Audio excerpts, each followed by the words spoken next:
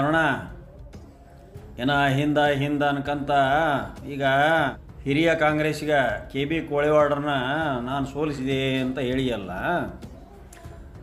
ನೀನು ಸೋಲಿಸಿಲ್ಲ, ಜನರು ಸೋಲಿಸಿದರು. ಯಾಕೆ ಅಂದರೆ ಆ ಸಂದರ್ಭ ಹಂಗಿತ್ತದ.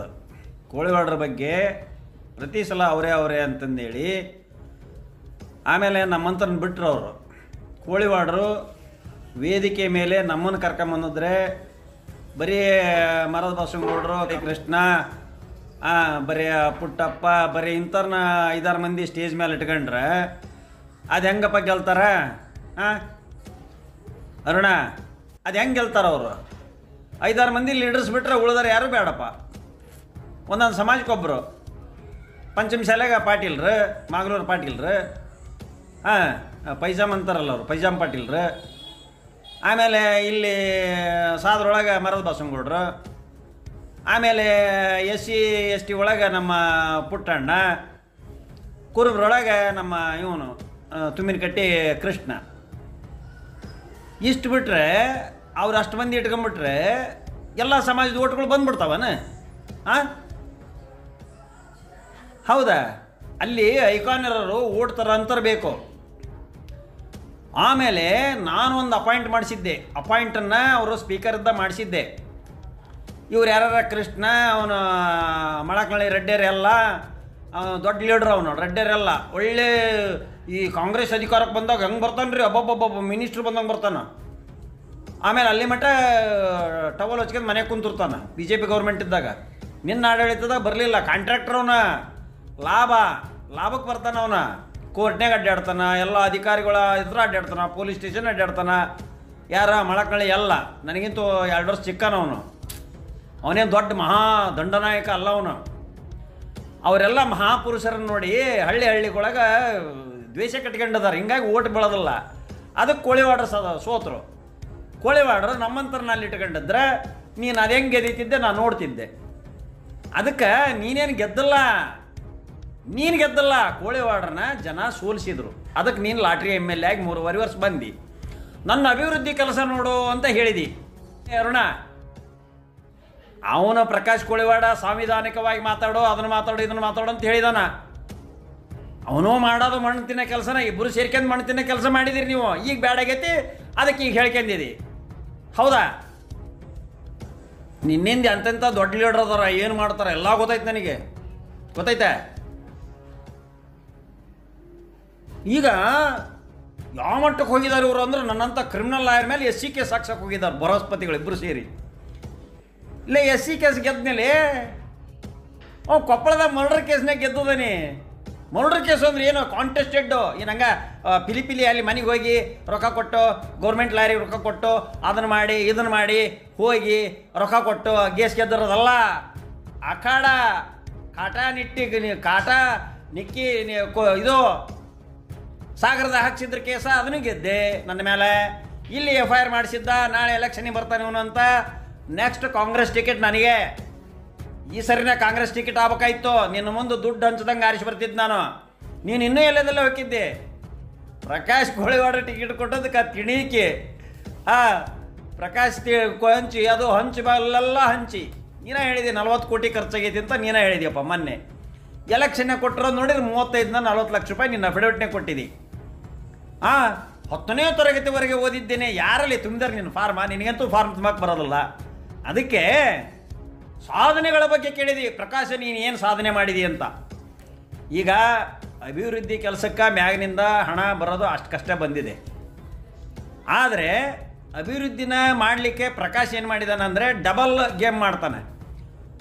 ಈಗ ಒಮ್ಮೆ ಯೂನಿಟ್ಟಾಗಿ ಕಾಂಗ್ರೆಸ್ಸಿಗೆ ಸೆಟ್ ಆಗಿರ್ಬೇಕು. ಮತ್ತು ಪ್ರಕಾಶ್ ಅವರ ಕೋಳಿವಾಡ್ರು ಏನು ಮಾಡಿದ್ರು, ಅವ್ರ ಅಪ್ಪರು ನಮ್ಮ ಸಿದ್ದರಾಮಯ್ಯರಿಗೆ ಹೆಂಗೆ ಬೇಕಂಗೆ ಬೈದ್ರಲ್ಲ ಹಿಂದೆ. ಆದರೂ ಅವರು ಸಹಿಸ್ಕೊಂಡು ಓಟ್ ಹಾಕ್ರಪ್ಪ ಅಂತ ಹೇಳಿದರು, ಕಾಂಗ್ರೆಸ್ಗೆ ಓಟ್ ಹಾಕ್ಸ್ರಪ್ಪ ಅಂತ ಹೇಳಿದ್ರು ಅವರು. ನಮಗೆ ನಿರ್ದೇಶನಗಳು ಬಂದವು, ಕಾಂಗ್ರೆಸ್ ಓಟ್ ಹಾಕ್ಸ್ರಿ ಮಾಡಿರಿ ಅಂತ. ನನಗೆ ಟಿಕೆಟ್ ಸಿಕ್ಕಿದ್ದಕ್ಕೆ ನನಗೆ ಭಿನ್ನಮತ ಅದನ್ನು, ನಾನು ಈಗೂ ಭಿನ್ನಮತ ಅದಾನೆ ಪ್ರಕಾಶ್ ಕೋಳಿವಾಡನ ಜೊತೆಗೆ. ಹಂಗಂತ ಕಾಂಗ್ರೆಸ್ ಪಾರ್ಟಿ ಬಿಡೋದಲ್ಲ ನಾವು. ಆದರೆ ಅವರೊಬ್ಬ ಹಿರಿಯರು ಕೋಳಿವಾಡರು, ಅವರಿಗೆ ನಿಮ್ಮ ಅಪ್ಪನ್ನ ಸೋಲಿಸಿದ್ದೇನೆ ನಾನು, ನೀನು ಯಾವ ಲೆಕ್ಕ ಅಂತ ಅಂದಿದೆಯಲ್ಲ ನೀನು. ಮತ್ತು ನೀನು ಸೋತಾಗ ಅವ್ರ ಅಪ್ಪರ ನಿಮ್ಮ ಮನೆಗೆ ಬಂದಿದ್ರಲ್ಲ, ಅವಾಗ ಅವ್ರ ಅಪ್ಪರಿದ್ರಿ ನೀ ಆ ಮಾತು ಮಾತಾಡ್ಬೇಕಾಯ್ತು. ನಿನ್ನ ಸಾಂತ್ವನ ಹೇಳಕ್ಕೆ ಬಂದಿದ್ರು, ನನ್ನ ಸೋಲಿಸಿದೀಯಪ್ಪ, ಆದ್ರೆ ನನ್ನ ಮಗ ನಿನ್ನ ಸೋಲಿಸಿದಾನಂತ ಹೇಳಕ್ಕೆ ಬಂದಿದ್ರು. ಅವಾಗ ಈ ಮಾತು ಹೇಳ್ಬೇಕಾಯ್ತು. ನೀನು ಹುಚ್ಚಾಯ್ತು, ತಲೆ ಮೇಲೆ ಕೈ ಹಿಡ್ಕೊಂಡು ಕುಂತಿದ್ದೆಲ್ಲ ಅರುಣ. ಹಾಂ ಆತಪ್ಪ, ಸಾಧನೆ ಬರ್ತಾನೀಗ. ಇವನು ಪ್ರಕಾಶ್ ಕೋಳಿವಾಡ್ ಏನು ಮಾಡಿಲ್ಲ, ಊರು ತುಂಬ ಓಸಿ ನಡೆದತಿ, ಊರು ತುಂಬ ಗ್ಯಾಮ್ಲಿಂಗ್ ನಡೆದವೋ, ಊರು ತುಂಬ ಅನೈತಿಕ ಚಟುವಟಿಕೆಗಳು ನಡೆದವೋ, ಅಕ್ರಮ ಗಣಿಗಾರಿಕೆ ನಡೆದವೋ ಅಂತಂದೇಳಿ ನೀ ಅಲಿಗೇಷನ್ ಮಾಡಿದಿ. ಏನೋ ಅಹಿಂದ ವರ್ಗ ಅದು ಇದು ಏನೇನೋ ಮಾಡಿದಿ, ನೀನು ಮಾತಾಡಿದಿ, ಇರಲಿ ಅದು. ಏನು ಅಭಿವೃದ್ಧಿ ಮಾಡಿದಿ ನೀನು, ನನ್ನ ಕಾಲದಾಗ ಏನು ಅಭಿವೃದ್ಧಿ ಮಾಡಿದೆ ನೋಡು ಅಂತ ಹೇಳಿದ್ ನೀನು. ಅಲ್ಲೇ ನಿನ್ನ ಮಗ್ಳಾಗ ಅದನ್ನು ನೋಡು, ಮಂಜುನಾಥ್ ವಕೀಲ್, ಕೇಳವನ್ನ. ಮಂಜುನಾಥ್ ವಕೀಲ್ ಅದನ್ನು ನೋಡು. ಮಂಜುನಾಥ ನಾನು ಒಂದ ರೂಮ್ನಾಗ ಇದ್ದಾರೆ ಮಟ್ಟಿಮನಿ ಚಾಳದಾಗ. ನೀನು ಇವತ್ತು ನೋಡಿದಿ ಮಂಜುನಾಥ್ ವಕೀಲನ್ನು. ಮಂಜುನಾಥ್ ಓಲೇಕಾರ ನಾನು 1976ರಲ್ಲಿ ಮಟ್ಟಿಮನಿ ಚಾಳದಾಗಿದ್ದು PUC ಎಕ್ಸಾಮ್ ಬರ್ದರು. ಒಂದೇ ಕ್ಲಾಸು, ಒಂದೇ ರೂಮ್ನಾಗ ಇದ್ದಾರೆ ನಾವು. ಒಂದು ದೋಸೆಯನ್ನು ಅರ್ಧ ಹಂಚಿಗೆ ತಿಂದಾರ ನಾವು. ನೀನು ನನ್ನ ವಿರುದ್ಧ ಅವ ವಕೀಲನ್ನು ಕೊಟ್ಟಿದೀಯಲ್ಲ, ಹಾಂ? ಎಷ್ಟು ನಂಬಿದೀಯಪ್ಪ ನೀವು ಮಂಜುನಾಥ್ ಓಲೇಕರನ್ನ. ನನ್ನ ವಿರುದ್ಧ ಕೇಸ್ ನಡೆಸಕ್ಕೆ ಮಂಜುನಾಥ್ ಓಲೇಕರ್ ಕೊಡು, ನಿನ್ನ ಹಕ್ಕದ. ಅವರು ಒಬ್ಬ ಲಾಯರ್ ನಡೆಸ್ತಾರೆ ಕೇಸ್. ಆದರೆ ಅಭಿವೃದ್ಧಿ ಬಂದರೆ ನನ್ನ ಪ್ರೇರಣೆಗೆ ಏನು ಅಭಿವೃದ್ಧಿ ಮಾಡಿದ್ದೀನಿ ತೋರಿಸು ಅಂತ ಹೇಳಿದೆಯಲ್ಲ, ನಿನ್ನ ಅಭಿವೃದ್ಧಿ ತೋರಿಸ್ತಾ ನೋಡು. 18/5/21 ರಾತ್ರಿ 7 ಹಿಂದೂ ಸಂಘಟನೆ ಅಟ್ಕೊಂಬಂದು ನನ್ನ ಮನೆ ಮುರಿದು ನನ್ನ ಕೊಲ್ಲಕ್ಕೆ ಬಂದಿದ್ದೆಲ್ಲ, ಅದೇನು ಅಂತಿಂತರಾದ್ರೆ ಆಗ ಹಾರ್ಟ್ ಅಟ್ಯಾಕ ಸತ್ತು ಹೋಗಿದ್ರು. ನಾನೇನೋ ಎದಿಗಾರಿಕೆದೆ ಹಳ್ಳ್ಯ ಹುಟ್ಟಿದ ರೈತನ. ಆದ್ದರಿಂದ ನಾನು ರೈತ, ಗೊತ್ತ, ನಾನು ರೈತರ ಹೊಟ್ಟೆಯಲ್ಲಿ ಹುಟ್ಟಿದಂಥ ಕಣಿ. ಇದು ಅಸಂಸದೀಯ ಪದ ಆದರೂ ಆಗ್ಬೋದು, ನನಗೇನು ತಕರಾರಲ್ಲಿ ಯಾಕಡೋಕೆ ಹೋಗ್ಬೇಡ್ರಿ. ನಿನ್ನ ಮಂಗೇನು ಹಂಗೆ ಇದ್ರದ ತುಪ್ಪು ಚೌಟ್ ಇಟ್ಕೊಂಡು ಬಂಗಾರ ಚಮಚ ಇಟ್ಕೊಂಡು ಹಿಂಗೆ ಬೆಳೆದಾರಲ್ಲ ನಾವು. ಹಾಂ, ನಾವು ಹಂಗಲ್ಲ. ಸಣ್ಣದಾಗ ತುಂಗಭದ್ರಾ ನದಿ ಇಡೀ ಅರ್ಧ ನದಿಗೆ ಹೋಗಿ ಈಜು ಬಂದವೆ. ಆಮೇಲೆ ಉಕ್ಕಡಗಾದ್ರಿ ದೆವ್ವನ ಕೂಟಾಗ ಆಟ ಆಡಿರ ನಾವು ದೆವ್ವನ್ನ ಮಾತಾಡಿಸಿದ್ರು. ಸರ್ವಜ್ಞ ಬಾ ನನ್ನ ಜೊತೆ ಬೇಕಾದ್ರೆ ದೆವ್ವನ್ನ ತೋರಿಸ್ತಾನೆ ನಿನಗೆ. ಉಕ್ಕಡಗಾತ್ರಿ ದೆವ್ವನ ಬಿಡಿಸ ಅಂತ ಮಂತನ ನಂದು. ಆ ಜಗದಾಗ ಹುಟ್ಟಿ ಬಂದರನು. ಅದಕ್ಕೆ ರಾತ್ರಿ ಎಲ್ಲ 1, 2 ಗಂಟೆ 3 ಗಂಟೆಗೆ ದೆವ್ವರ ಜಾಗಕ್ಕೆ ಹೋಗಿ ಅಡ್ಡಾಡಿ ಬರ್ತಾನೆ ನಾನು. ಅದಕ್ಕೆ ನನಗೆ ಯಾವ ಹೆದರಿಕೆ ಬೆದರಿಕೆಲ್ಲ. ನಿಮ್ಮ 150 ಮಂದಿ ಯಾ ಲೆಕ್ಕಲೇ ನನಗೆ. ಈಗ 10,000 ಜನ ಕರ್ಕೊಂಡು ನನ್ನ ಮನೆ ಬಾ, ನಾವು ಒಬ್ಬನೇ ಎದುರಿಸ್ತಾನೆ. ನನಗೆ ಯಾವ ಸರ್ಕಾರನೂ ಬೇಡ, ಯಾವ ಬೇಡ, ಸಂವಿಧಾನ ಒಂದ ಸಾಕು.